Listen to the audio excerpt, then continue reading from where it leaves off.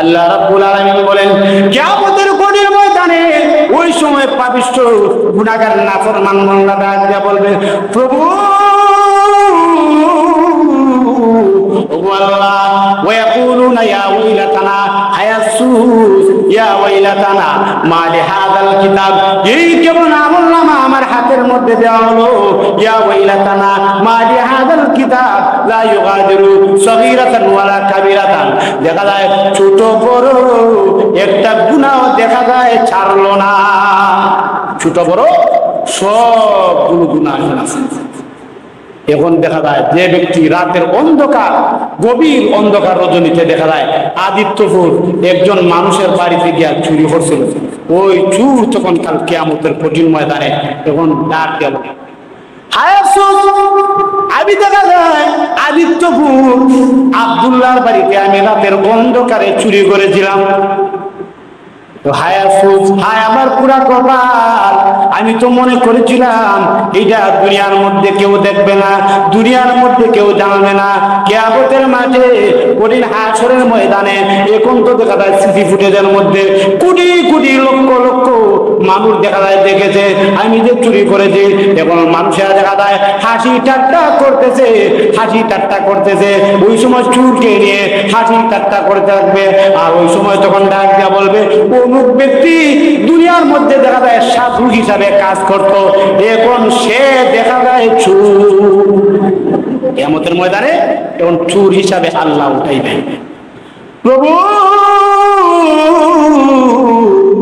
আল্লাহ, দুনিয়ার মধ্যে আমাকে একটাবার সুযোগ দেন গো আল্লাহ, ওগো আল্লাহ, দুনিয়ার মধ্যে আমাকে যদি আরেকবার সুযোগ দেন তাহলে আমি ওয়াদা দিলাম আমি আর জীবনেও চুরি করব না, আর জীবনেও চুরি করব না।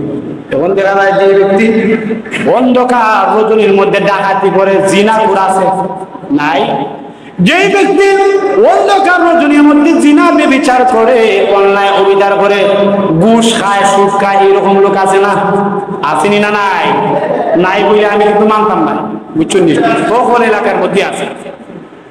এখন সুদ করে তখন ডাক দেয়া বলবে, প্রভু আল্লাহ, আল্লাহ আমাকে মাফ করে দাও, একবারের জন্য আমাকে সুযোগ করে দাও আল্লাহ, তোমার কাছে ওয়াদা দিলাম আর কোনদিন সুদ খাবো না, ঘুষ খাবো না। আল্লাহ ডাক দেয়া বলবেন, বান্দা রে না, তোমাকে দ্বিতীয়বার আর সুযোগ দেওয়া হবে না।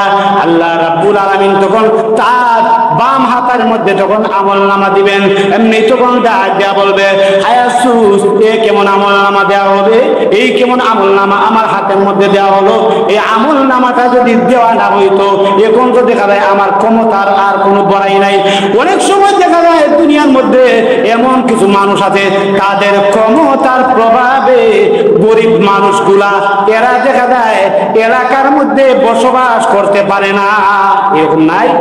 কিন্তু আপনার ক্ষমতার প্রভাবও থাকবে না। মেহমান এসে গেছেন, আমি আমার আলোচনা 5 মিনিটের ভিতরে ইনশাআল্লাহ আমি শেষ করব।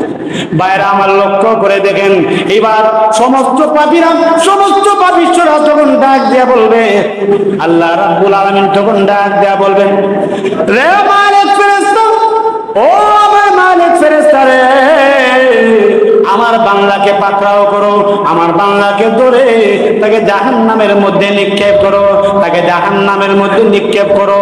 তাকে যখন জাহান্নামের মধ্যে নিক্ষেপ করা হবে আল্লাহ রাব্বুল আলামিন তখন ডাক দিয়ে বলবেন, ও পাপিষ্ঠের দল, ও গুনাহগারের দল, ও সুদখোরের দল, ও ঘুষখোরের দল, ও জিনাখোরের দল, ও অন্যায়কারী, ও ন্যায় বিচার কোনোদিন তুমি করো নাই, ও পাপিষ্ঠ গুনাহগারের দল, তোমরা শুনে রাখো, হাযিহি জাহান্নাম, এই হলো জাহান্নাম, আল্লাতী ইউকাযযিবু বিহাল মুজরিমুন, এই জাহান্নাম সম্পর্কে তোমরা দুনিয়ার মধ্যে মিথ্যা বলতে।